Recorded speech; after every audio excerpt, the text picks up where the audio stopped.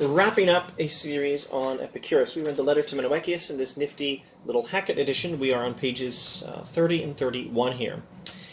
And this is why we say that pleasure is the starting point and goal of living blessedly. For we recognize this as our first innate good, and this is our starting point for every choice and avoidance, and we come to this by judging every good to be the criterion of feeling. And it is just because this is the first innate good that we do not choose every pleasure, but sometimes we pass up many pleasures and we get a larger amount of what is uncongenial from them. And we believe many pains to be better than pleasures, when a greater pleasure follows for a long while if we endure the pains. My simple standard example of this would be ice cream. There can be great pleasure in eating too much ice cream, but it brings more pain later. There can be significant pain in certain rigorous activity of bodily exercise, or pain later with sore muscles. But what does it bring about? It brings about health. It brings about more pleasure than pain. It brings about more pleasure, or at least it prevents other pain later, greater pain. So some pains are to be preferred, some pleasures are to be rejected for the sake of less pain and more pleasure later. Okay, so pleasure is the starting point and goal of living blessedly. Pleasure is the first innate good. Pleasure is the basic stuff of which the good life is made, etc. Let's skip to the bottom of page 30. So when we say that pleasure is the goal, we do not mean the pleasures of the profligate, or the pleasures of consumption, as some believe, either from ignorance and disagreement, or from deliberate misinterpretation, but rather the lack of pain in the body and disturbance in the soul. What sort of pleasure counts? A lack of pain in the body and of disturbance in the soul. That's the pleasure of which happiness is made. For it is not drinking bouts and continuous partying and enjoying boys and women, this means sexually enjoying boys and women, or consuming fish and the other dainties of an extravagant table which produce the pleasant life. If we want to use contemporary examples, we might not list fish as an extravagant food. This is a different culture, different economic system than you or I are accustomed to. Ice cream. Ice cream is the right example. For it is not drinking bouts and continuous partying and sexually enjoying boys and women, or consuming ice cream and the other dainties of an extravagant table which produce the pleasant life, but sober calculation which searches out the reasons for every choice and avoidance and drives out the opinions which are the source of the greatest turmoil for men's souls. What sort of pleasure are we talking about? It's not the kind you might actually find listed as a dictionary definition for the word Epicurean, or the word Epicureanism. If you look up a dictionary definition of the word Epicurean or the word Epicureanism, you might find something about the pursuit of extravagant, or the pursuit of refined physical pleasures, or the pursuit of as much physical pleasure as possible. When Epicurus, according to the ancient reports, when Epicurus indulged in physical pleasure a bit, he didn't call for a bunch of naked women. He didn't call for ice cream, not only because they didn't have ice cream, but because he had more sense than that. Not that there's anything wrong with a little bit of ice cream. He didn't call for 5 gallons of ice cream, not only because there were no gallons of ice cream at the time, but also because he had more sense than that. He didn't call for a lot of alcohol or whatever other physical pleasure-inducing substance he might have. He called for a small quantity of cheese. I believe the phrase is a small pot of cheese. That's what Epicurus allegedly requested when he was in the mood to indulge in some physical pleasure. And what does he say is the greatest pleasure? No. What is it that produces the greatest pleasure? What is it that produces the pleasant life? Not lots of sex and ice cream, but sober calculation.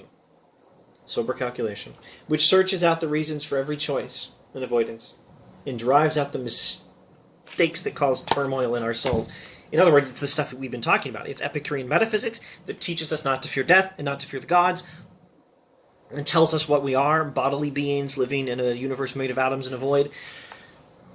It's the sober calculation that tells us these things and tells us what we need to know about how to avoid pain in the body and anxiety in the soul, and how to achieve some modicum of pleasure. And ultimately, what Epicureanism calls for is virtue. Prudence is the principle of all these things and is the greatest good. That is why prudence is a more valuable thing than philosophy. For prudence is the source of all the other virtues, teaching that it is impossible to live pleasantly without living, according to certain virtues we're about to name. Let me just interrupt Epicurus in the middle of the sentence here to say, to paraphrase, prudence is the greatest good because the virtue of prudence is what helps us achieve this happy life he's been describing. Prudence is the greatest virtue because it teaches us. Well, it teaches us that sober calculation, searching out the reasons for every choice and avoidance, driving out the opinions which are the source of turmoil in our souls. But also, prudence is the source of the other virtues. Prudence teaches us that happiness requires, let's resume with the text, teaching that it is impossible to live pleasantly without living prudently, honorably, and justly. And impossible to live prudently, honorably, and justly without living pleasantly. Prudence teaches that the state of living virtuously and the state of being happy are one and the same. Prudence teaches that we need prudence. Prudence teaches that we need honor. Prudence teaches that we need justice. For the virtues are natural adjuncts of the pleasant life, and the pleasant life is inseparable from them. The happy life is inseparable from the life of virtue. Now, let's see, what more, somewhat, I don't know, systematic, or at least maybe just bullet point summary-ish, but not so systematic summary can I give of this? Let me give a summary of 3 virtues and how they relate to the happy life. The classical list of the virtues from the ancient Greeks is the list of the cardinal virtues: wisdom, courage, justice, moderation. Now, I've been talking about moderation. Maybe it's not in the text explicitly, but I think it's pretty well implied. Moderation means pursuing physical pleasures properly. Not too little, but very, very importantly, not too much. What else is necessary for health? What else is necessary for avoiding pain in the body but the virtue of moderation? Don't eat too much ice cream, etc. And prudence. Prudence is necessary. Prudence being something you can roughly define as practical wisdom. The virtue of prudence, or the practical aspect of wisdom, being the virtue that informs us of all these things and in general guides all our decisions towards a state of health in the body and tranquility in the soul. And then justice. Well, is it explained right here? Perhaps not. Perhaps it's explained elsewhere in this lovely book.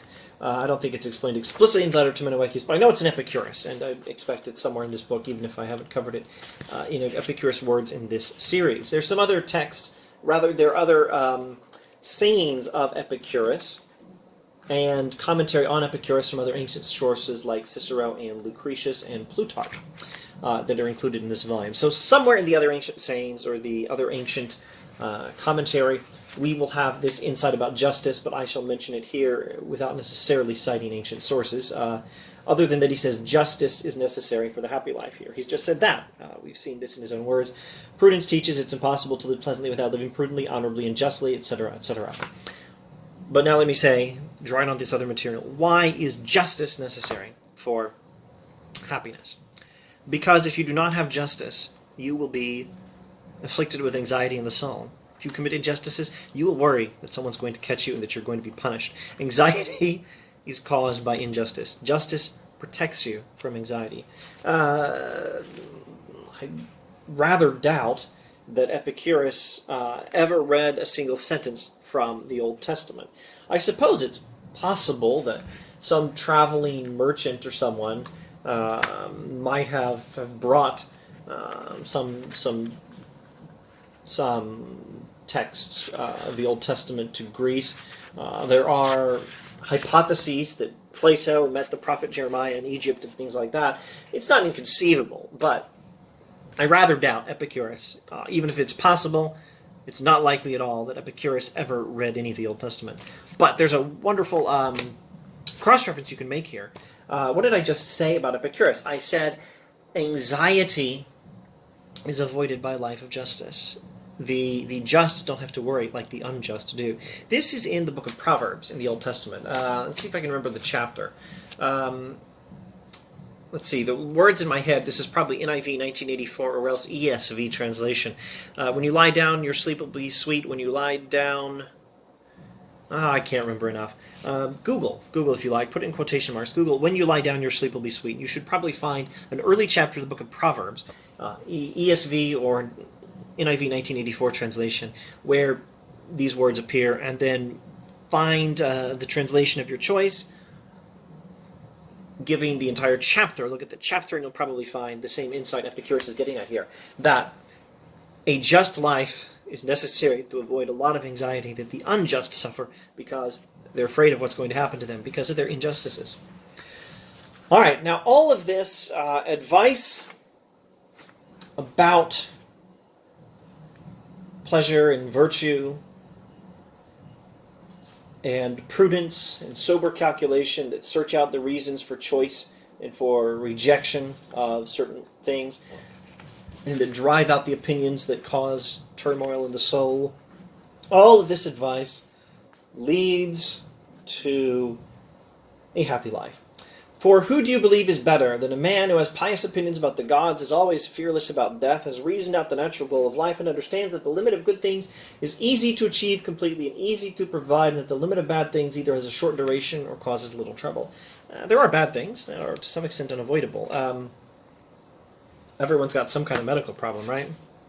The limit of good things can be achieved. The maximum good for a human life is easy to achieve.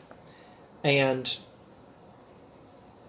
the maximum bad is either not that big or is of short duration.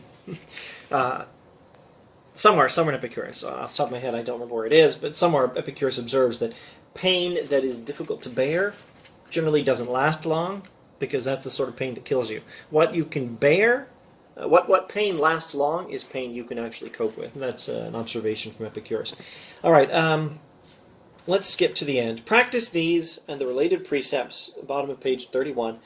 Practice these and the related precepts day and night, by yourself and with a like-minded friend, and you'll never be disturbed either when awake or in sleep, and you will live as a god among men. For a man who lives among immortal goods is in no respect like a mere mortal animal. You can achieve a godlike happiness by living according to these principles. And you must, in order to live according to these principles, rehearse the principles. Practice these and the related precepts day and night. At all times, remember these principles and act on them. Practice by yourself and practice with like-minded friends, and you will never be disturbed, and you will achieve a godlike happiness among men. Thus says Epicurus. And I do believe that with that I'll end this video and this series. I think we're going to do some Seneca next. So thanks for watching, and maybe I'll see you another video talking about my homeboy Seneca.